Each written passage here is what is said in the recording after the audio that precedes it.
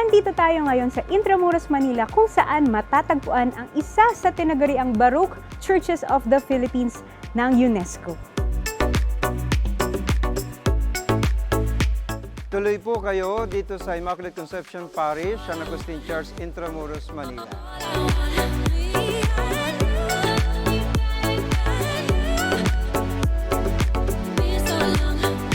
Ang San Agustin Museum bilang ecclesiastical museum ay biggest ecclesiastical museum in Asia.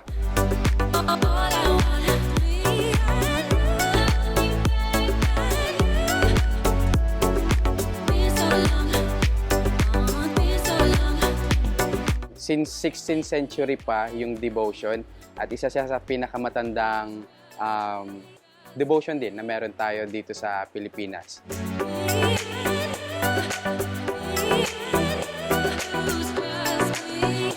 Inahayaan ko po kayong pumunta dito po sa San Agustin Church.